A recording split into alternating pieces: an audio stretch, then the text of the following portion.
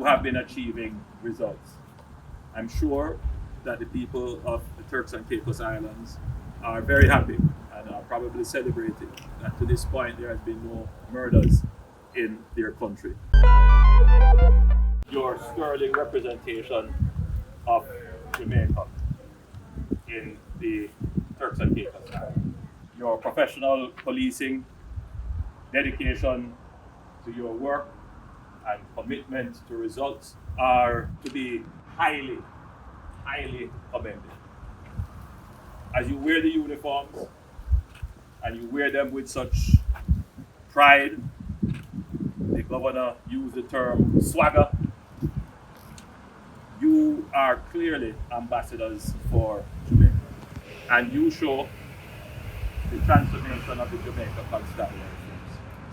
That you are not just a police force that can operate in the conditions of Jamaica, but you have the skills and competence to operate regionally and indeed internationally.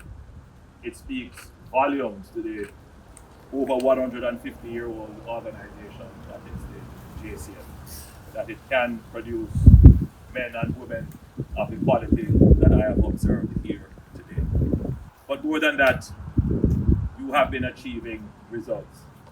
I'm sure that the people of the Turks and Caicos Islands are very happy and are probably celebrating that to this point there has been no murders in their country and that the murder rate has been reduced significantly in the last year or so during your presence.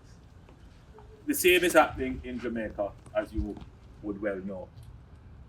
A few days ago, one of your deputy commissioners pointed out to me that they had 3 days of 0 murders.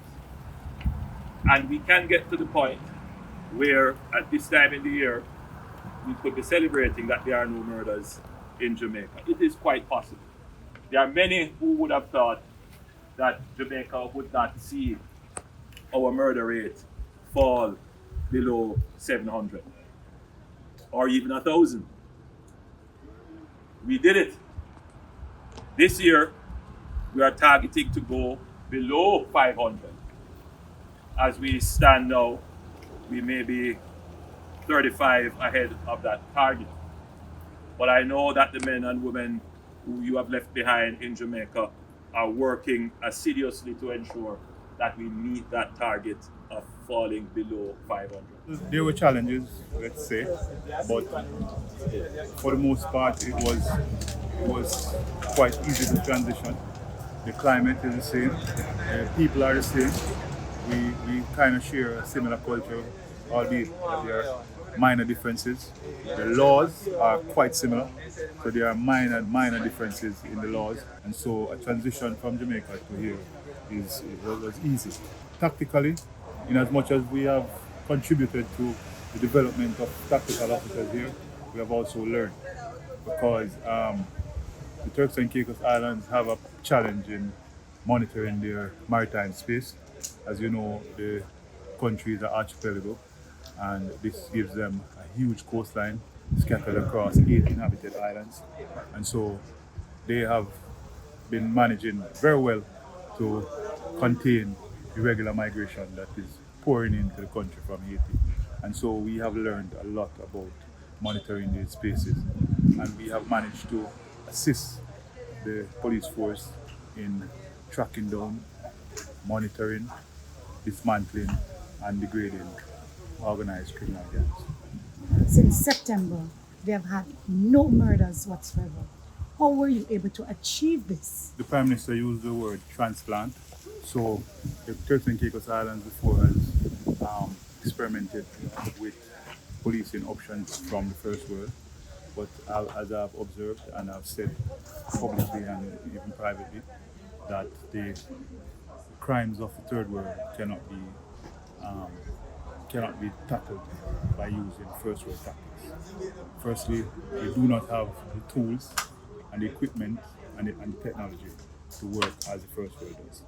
And so what we have found out since 2023 in Jamaica is that policing is really a science.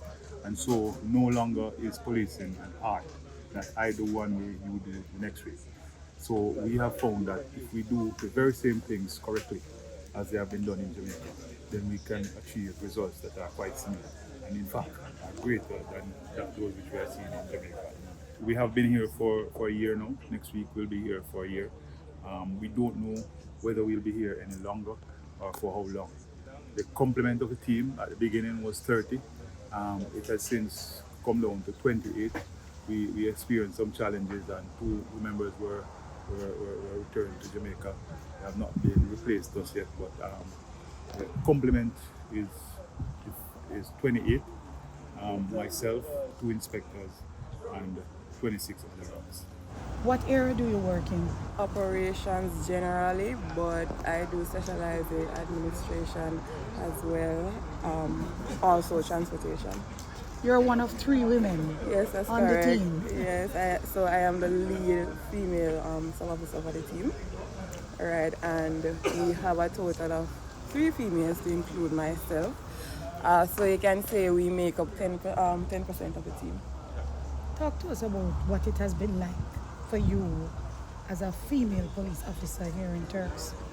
Likewise, back at home, even though we are the minority in any force, I mean, it's a male-dominated force, right? So we are, in fact, the minority. However, I must say my commanders, they ensure that we don't feel that way.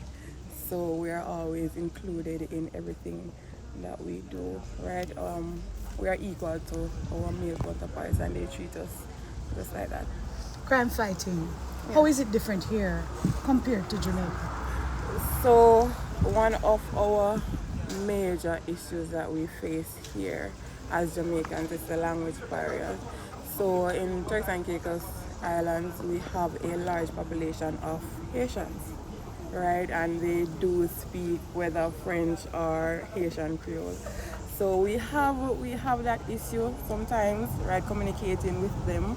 However, being here for so long, we've kind of learned a few of their verbiages, right? So it has been easier as opposed to when we just got here. We also have a large set of people that speak Spanish. So we have a lot of persons from Dominican Republic as well. The Spanish is much easier than the Asian Creole, right? I learned Spanish in university, so it is much easier than the Asian Creole. But we are getting there. We're getting there. The terrain, somewhat similar to some places in Jamaica, right? And based on our training, because we trained vigorously, right? We are level 2 tactical and level 3 trained. Myself is level 3 trained.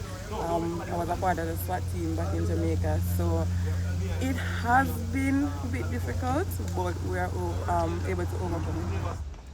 Parade! Shot!